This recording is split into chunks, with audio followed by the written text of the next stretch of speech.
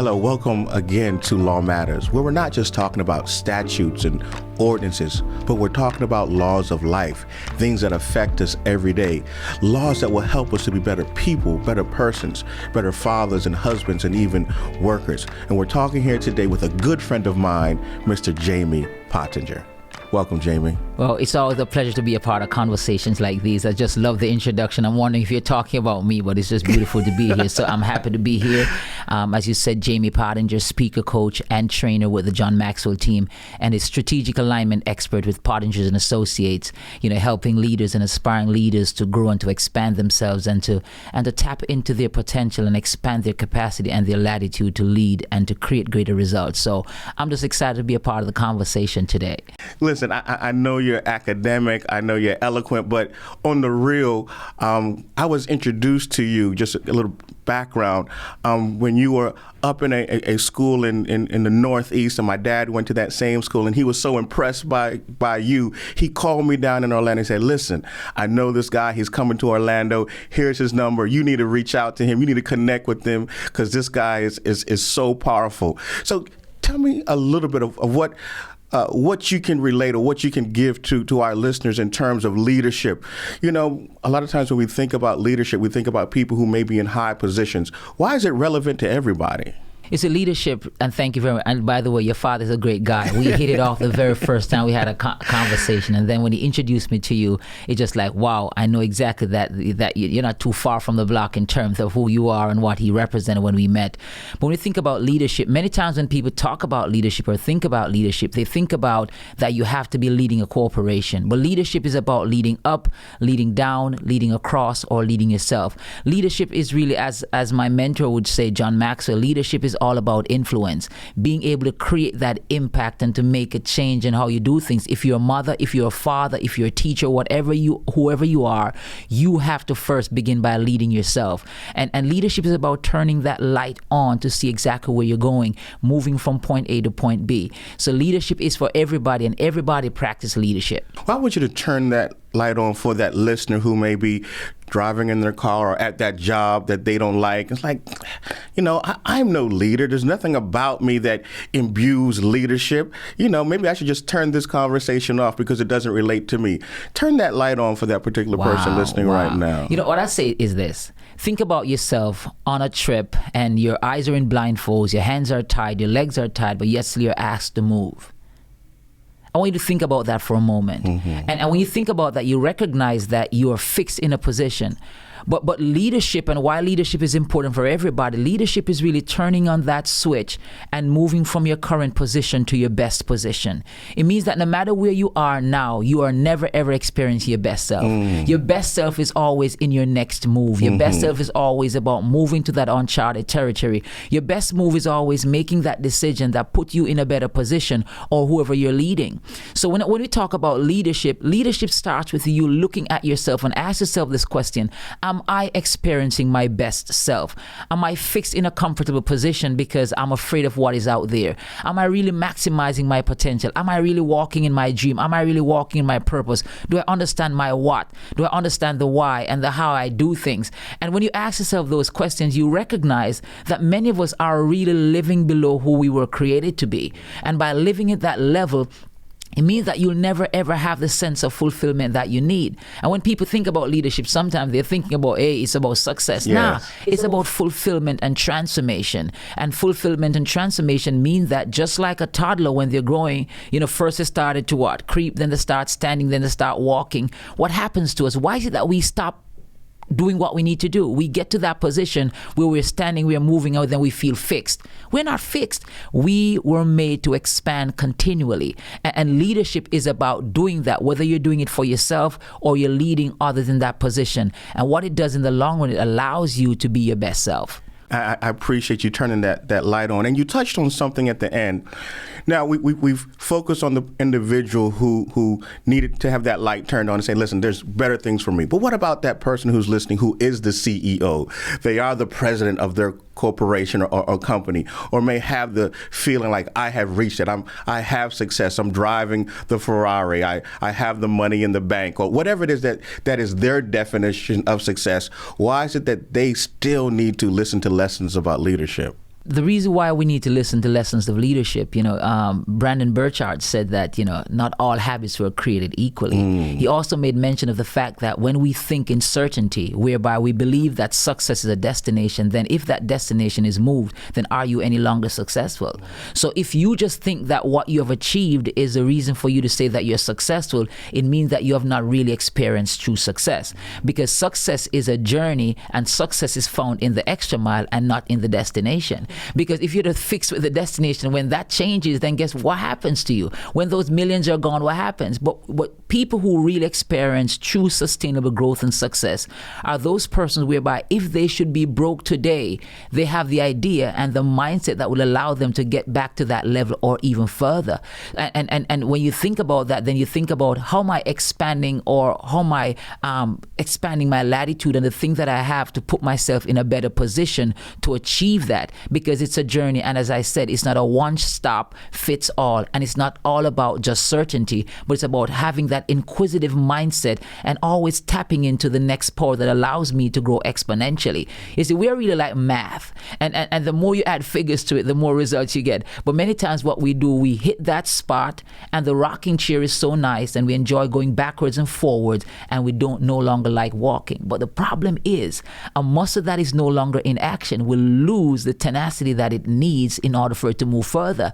So if you are fixed, and if you classify what you've achieved in terms of using that as success, it means that success for you is limited and transformation is way beyond you. Wow. So if we were to take anything from that, I think we should remember that success is a journey. It's not a fixed point or place, but we need to be continually moving and tapping into the excellence that is within us. So remember that for our listeners, success is a journey. So I'm going to make a shirt that says that, but since I'm the lawyer, I'm going to incorporate it and then sell it. I like that.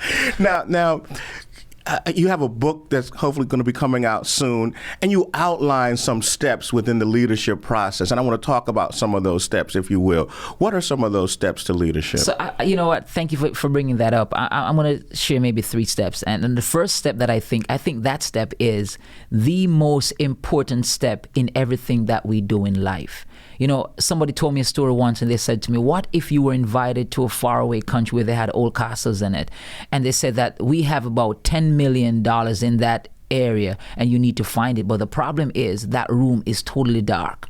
And it has a lot of obstacles in it because we haven't opened that building for over 100 years, and we know that it's dangerous. We have poisonous snakes in it. The chances of you surviving to achieve that goal is next to none unless you get light in that room. The power of awareness allows you to see where you are, and it helps to take you to where you need to be. The power of awareness? The power of awareness. So being able to know and understand your strengths, your weaknesses, your gaps, and also to understand your environment has the first few steps that will allow you to make the critical moves and decisions that you need to make to achieve the kind of results and the success that you need. Now, within your practice, what are some of the ways that people can learn about or be aware of the strengths and weaknesses that they have in life? The first thing I always share with persons, I say, do you have good friends? And good friends are, some people say good friends, you're like, but I always ask, do you have people in your life who have your best interests at heart? And the first step is asking them questions. What are some of the things that you consider me to be good at, great at? What are some of the untapped potential that you recognize that I have, but I'm not using it? But then I even go a little bit further. At Pottingers and Associates, we take it a step further, where we not only give you information, but we use the scientific method of having you answer a few questions, and then like magicians, like a crystal ball, in few seconds you're able to see exactly where you are in relation to your gaps and your strengths and your weaknesses and your opportunities. Not only does it does that for you, but it also shows you exactly what kind of environment you'll perform well in. Because sometimes, not because you have the skill set, it doesn't mean that you're placed in the right environment. Not because you're the best employee mean that you're on the right team. Not because you have great results as a manager mean that you're leading the right people, and not because you're leading the right people mean that you're in the right culture. So having an awareness of those areas give areas gives you the opportunity to move forward, because there's nothing more dangerous than trying to fit a square peg in a round hole or a round peg in a square hole. Nothing is greater than finding your sweet spot and gliding in it. No, you stop thinking about fixing and, thinking about equipping yourself to get to that position. So that's what awareness does for any leader, anybody of that sort. When you have that with you, then you can make bold and brave decisions and courageous decisions without feeling as if there's going to be a backlash, because you know yourself and you know exactly where you'll perform your best at. So step one is being aware of your strengths, contacting or talking to your friends to figure out what it is that you're good at, or even taking an assessment that will identify those things. And the reason why that's important is because you know the area that you need to be in order to succeed once you understand your strengths. Did I repeat that correctly? You hit it on the money. That was a home run right there. So self-awareness, some self-reflection. Now that the listener knows that they need to become aware, what's step number 2? Well, there could be other steps, but I'm going to drop this on them because at this point we're living in what is called like a gig-like society, a gig-like world. A gig-like society? Yeah, because everything is moving so fast and things are always changing.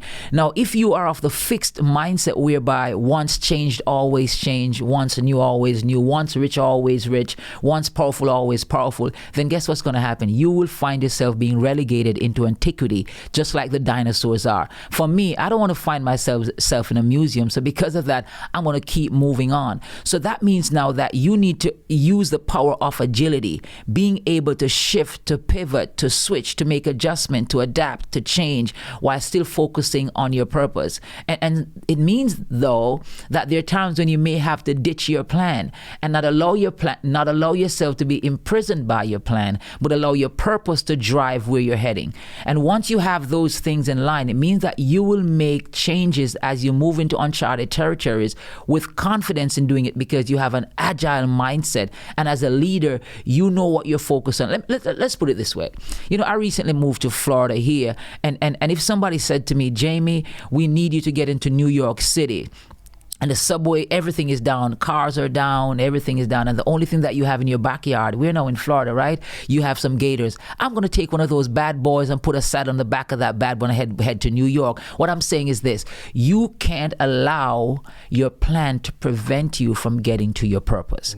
And many times we fall so in love with our plans, we cannot isolate or take ourselves from our plans, not remembering that our plan should just be guiding us to where we need to be. I'm going to have to push back on you. I love it. First, you tell me to be aware.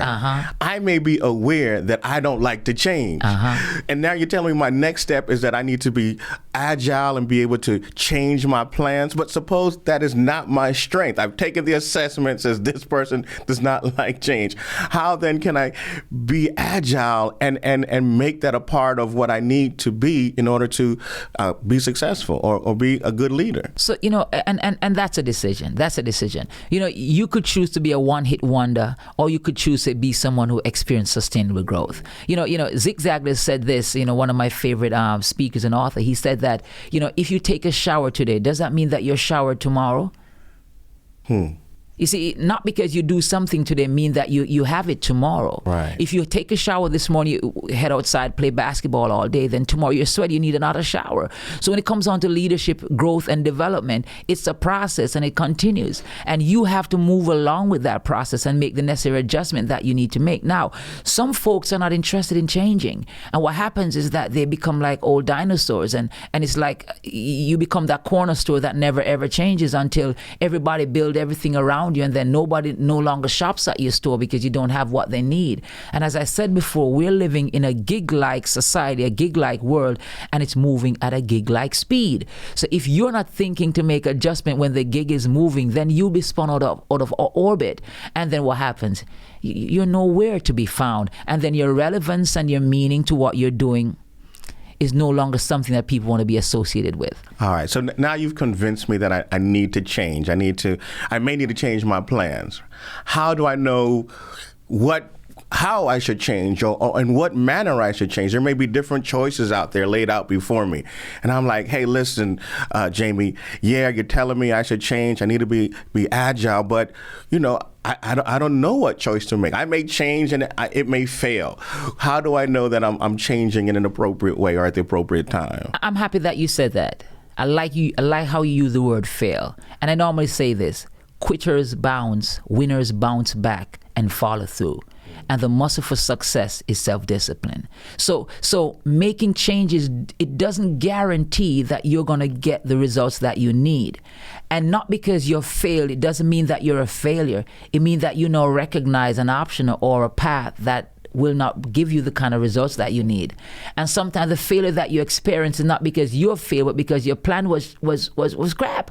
And sometimes the reason why you fail is not because you're a bad person, but because the team that you have is not worthy of being a part of your team. But what happens is that when you experience those pitfalls, your job is to assess what's happening and use what you've gotten from that autopsy and take that information and help to strategize as you move forward. But what happens because of the fear of failure, many times when we change, when we adjust, when we're aware, when we're agile, once we encounter any form of failure, we use that as the final statement. And guess what? We turn our backs on our dreams, our goals, and on our purpose.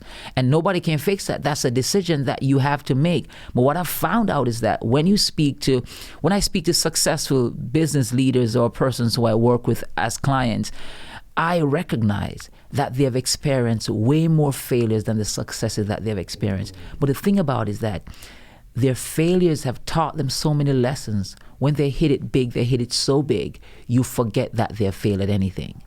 So that's it. But what happens is that we don't have the energy or the mindset to push on, and we want to strike gold the minute we hit the rock.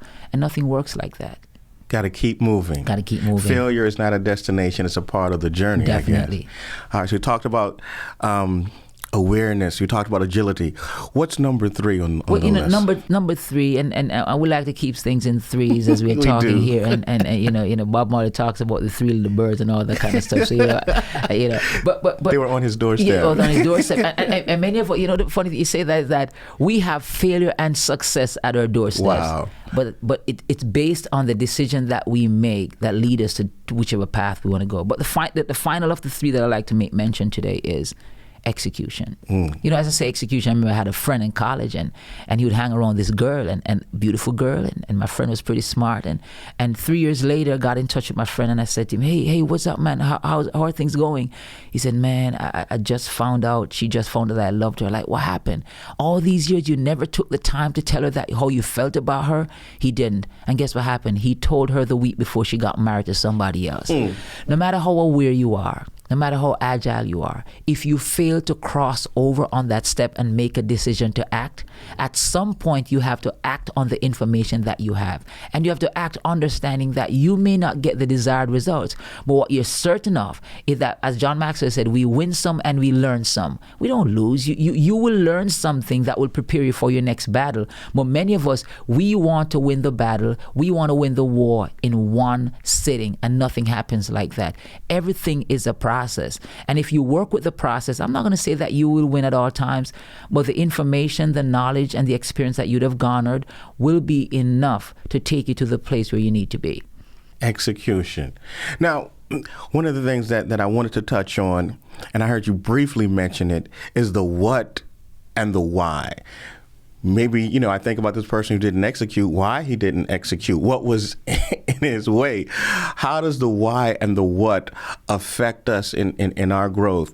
Because I remember even in beginning and opening up my practice and specializing in elder law, I had to think about why I was doing this. What was it that was moving me or impressing me to focus on this particular area of law? Why is that important, knowing your what or your why? Wow, that's a deep question. We could spend the next 3 days talking about that. So let's talk about the I call it the golden circle. Many of us, we have inherited our what? What do you mean by we have inherited our what? Before you made a decision to become a lawyer, you're just a replica or representation of your environment or your experiences or your parents or whatever, or whoever you were around. That was your why. That was your what. But there came a point in your life when you decided that I've now recognized who I am and I want to make a move in that direction. So let's start with your what. Your what has to do with that thing that you're trying to achieve, that thing that you're trying to pursue, that thing that you're trying to maintain, that thing that you're trying to lose, that thing that you're trying to understand. Anything that you're trying to be a part of or to get rid of, that's your what. My what, yes. Now, your why is it that you want to get rid of that what, or why is it that I want to pursue that what? Why is it I want to keep that what?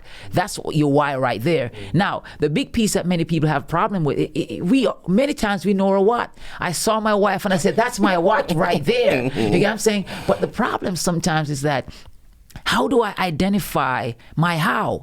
And the how is the vehicle. How am I going to get my what? How am I going to, so finding out your how, your vehicles in terms of how you're doing it is where the challenges are. And many times people recognize their what, they even have their whys, but they don't know how to put that vehicle together to take them there or to take them away from that position. And that's where the challenge is. And I say to persons, and that's where you need help. Because many times the vehicle that you're trying to create has already been created. But because you don't have that circle or that sphere of influence to assist you in that process, you're stuck wanting that what, wanting to lose that what, understanding why you want to lose that what or why you want to keep that what, but you just don't know how to do it. I want to dig deeper into the how and why, because you've explained the what clearly. And I think a lot of us understand what they want. So, for example, my what is I want to lose some weight. That's what I want to do. Right? And I know some people listening are saying the same thing. This is what I want to do. Yep, you ask, what do you want to do? I want to do this. I want to do that. That's my what. Then the more difficult questions are, why do you want to do that? And then you talk to us about the problem between the why, and the what is the how. Mm-hmm. So for those of us who have that what, so let's start off with, how do I get that why? What is the importance of the why? How do I get an understanding and a definition to my why? You see, your why is your reason. Your why is your motivation. Your why is that energy that pushes you. The why gives you that sense of a must in terms of doing that. And the reason why many people struggle with that is because their why is not a priority. So when your why becomes a priority, then you don't use words like procrastination, because your why is what drives you. So you asked me, Jaymie, you got up 1 a.m. in the morning to stay with your son because he was sick. Why I do that? Because that's my offspring. That I am his own. I am his savior. I am the person. So my why is so strong that I don't need any reminder for me to push forward with it. So once you put your why to the forefront of your mind, then the energy that you have, which is now your passion, which fuels you, your passion is that burning desire to make it happen. So when 5 o'clock comes in the morning, nobody has to remind you that you need to get up and jog. Mm-hmm. When that big apple pie comes out, nobody has to remind you that you shouldn't only take one slice, because you're like, my why, my what. I'm not at my what yet, but my why should be pushing me to get there. And this is one of the vehicles. One of my vehicles, how, is that I should only eat one slice. That's a part of my how. So when you put your how into measurable, observable things, then you can now achieve it, because you know exactly the impact that your how will be having on your what. The amazing thing that you just said just now, that I really didn't even think about it before, is that when your why is related to somebody other than yourself, that oftentimes becomes a motivation. You often hear people say, well, what motivated you to do this? Well, it was my mother who had this dream that passed away, or my daddy always wanted me to do this, or like you said, my child said, mommy and daddy, you can do this. And I believe when we have that unselfish desire to please someone else in our life, that why can become the priority that you're talking about. And so when you're trying to get into that how am I going to do this?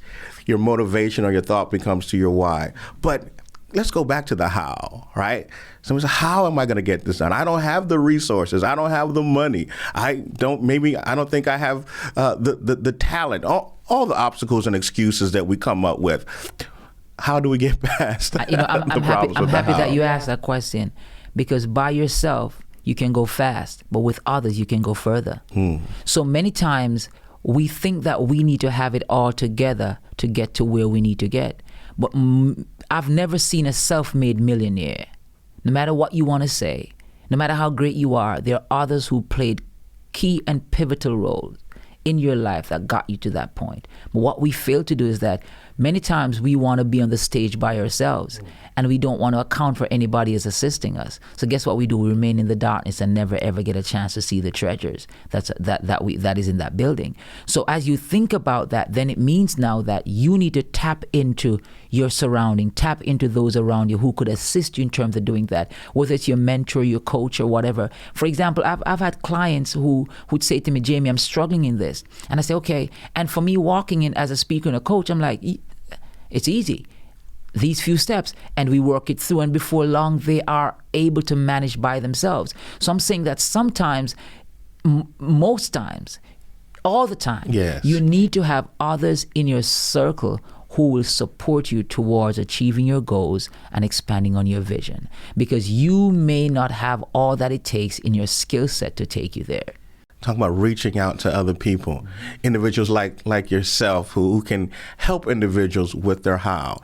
How do you help people with their how? Well, first thing, and it depends on what circle I'm serving in. And as a speaker and coach, I'm always looking to see how we can add value to people's lives, helping them understand that they have unique talents and gifts, and how can they expand on those? How can they allow those to really transform the way they view things, whether leadership or companies? So we do, for example, companies, we do strategy training, leadership development, the face of leadership, where we take them through that process in terms of identifying their skills and their talents, and also team fitting people in the right place so you get discretionary value from them. Many times we fail in what we're doing because we're not giving discretionary value, because we're doing it because we're asked to do it, but not because we're committed to doing it. It's not a priority. It's just something that we have to survive by.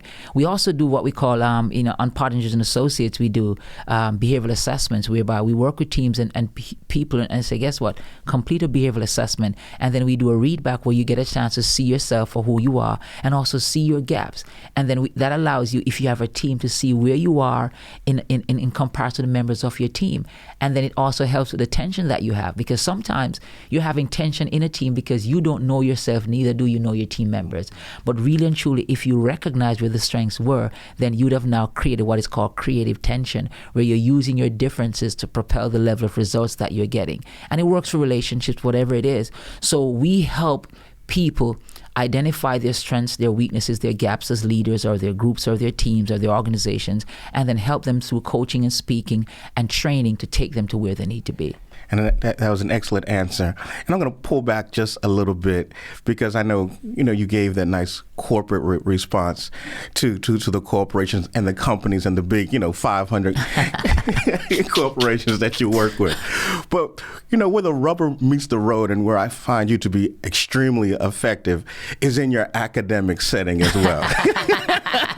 So I'm gonna be real, because let's be honest. We've got individuals who are having to deal with parents who are having to deal with virtual learning and having their kids at home and trying to manage that, and they have their students and their children that they're trying to how can I get my kid to do this, or how am I having this problem? So talk to that mother, talk to that father who is in their home managing kids or managing life and the stresses of that.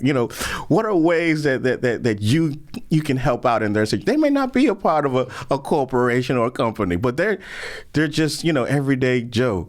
And you know what?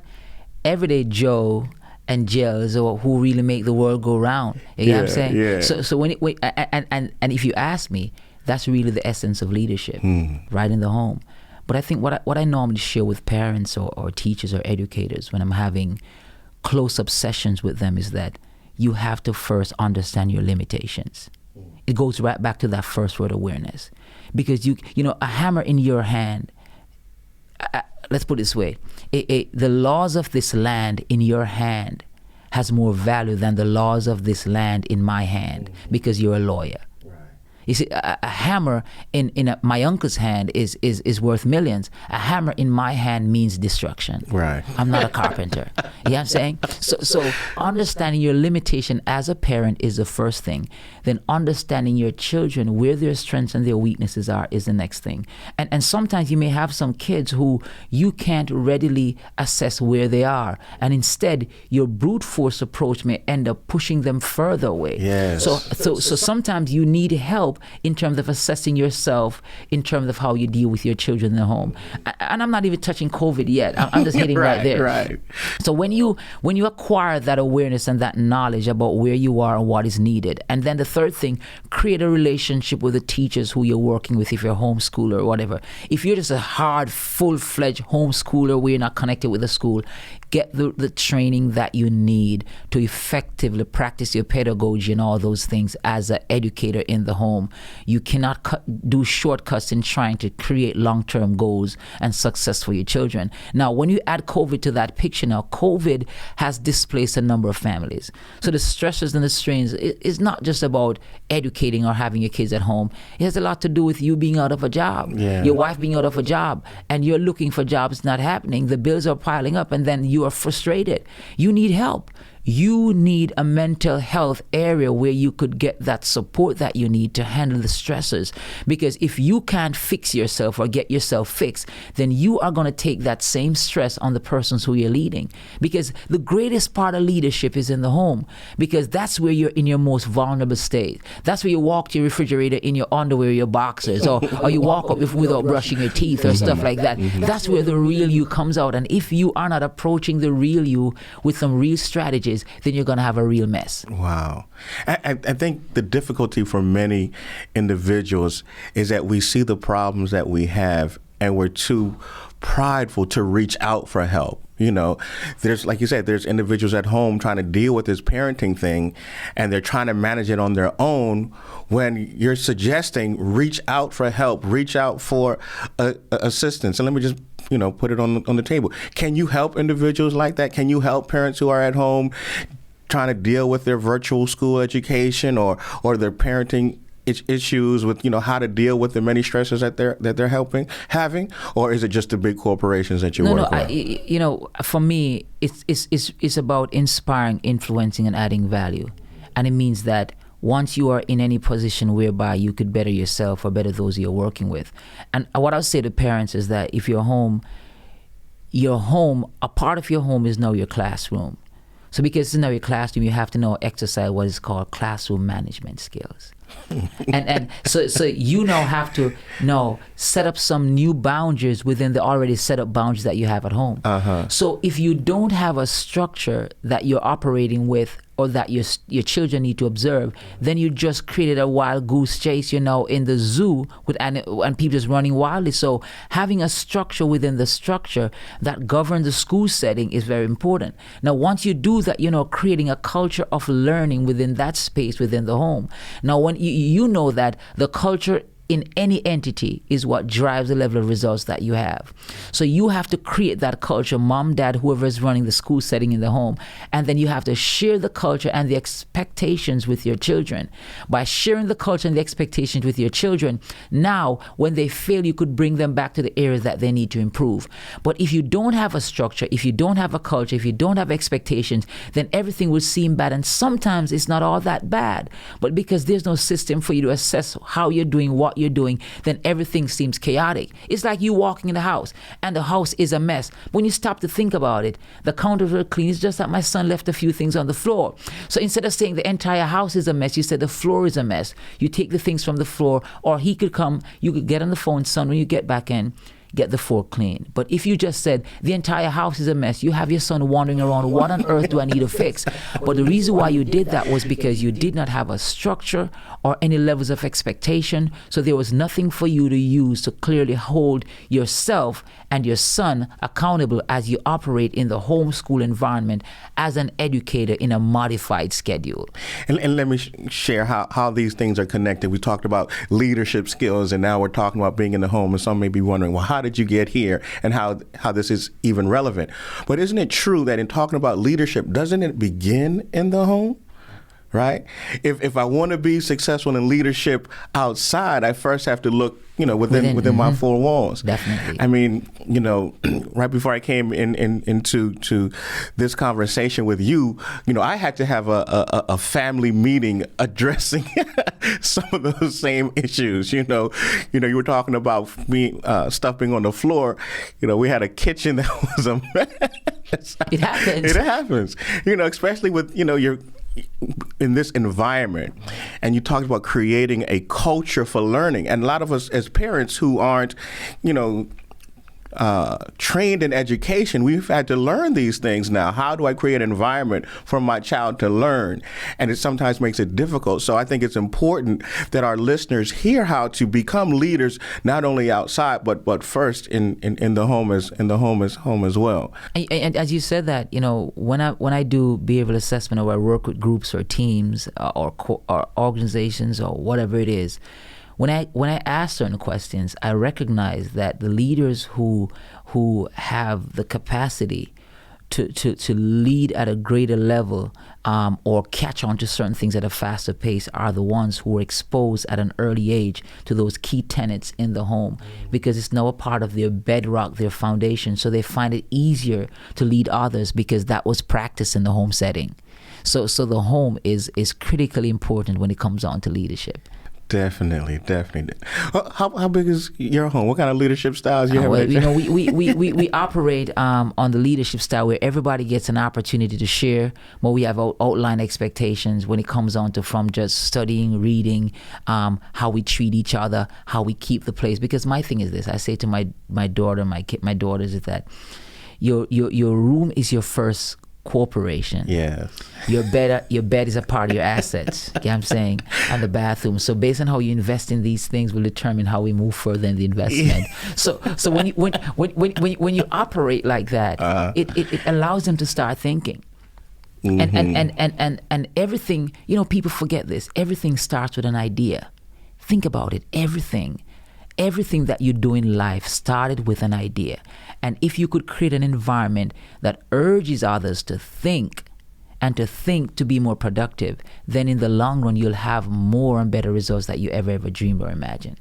Oh man, that was the reason why I was smiling so much, because those explanations that you were given reminds me, it takes place in my home all the time. Reminds me of the conversations that I'm having with my children and my kids. And, the lessons that we learn about leadership, it really begins in the home. And of course, my practice is elder law, and that's dealing with individuals and their families and preparing estates and preparing their future for their families. And that ties directly into the leadership qualities that we have or that we're talking about. And I just thank you so much for the wisdom that you were able to give us. Do this for me. In closing, give me one last bit of advice, one last nugget for our listeners as we close. The last nugget that I give, and I'm going to make it, I think I've shared a few of those things before, but just remember this. Whatever you're doing in life, you will face failure. You may even face more failure than the success that you've experienced. But if you take the time to assess where you are, then you'll have the platform and the background to be more successful. And just remember this: whatever you're doing in life, no matter the skill set that you have, the expertise, the support that you have, the muscle for success is self-discipline. You have to exercise that muscle in order for you to be successful. And if you fail to do that, you'll be a one-hit wonder. And nobody wants to do that. And when it comes down to leadership, family, home, and everything that's happening here, just remember that change is inevitable. And sometimes you have to ditch the plan that you're so accustomed to get the kind of results that you need.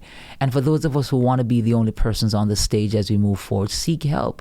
Because guess what? The old African proverb that says that by yourself you can go fast, but with others you could go further. So tap into the resources that you have. Use those resources and find out more about yourself. And I'll throw this out. Visit PottingersandAssociates.com and complete one of our free behavioral assessments, and we'll send you a readback. And that readback may just open your eyes into something that you knew you had in your tank a long time ago, but you just have not tapped into it. And once you do that, you're on a path where you're aware, and it's now time for you to get the move on. Oh, man. Thank you so much, Jaymie, for being a part of Law Matters. And again, we're not just talking about legal stuff and statutes, but also laws of life that affect us in the home and things we do all the time. Again, I want to remind you to subscribe to our YouTube channel, like us on Facebook, and take a look at us on Spotify or even an Apple Podcast. Have a good one.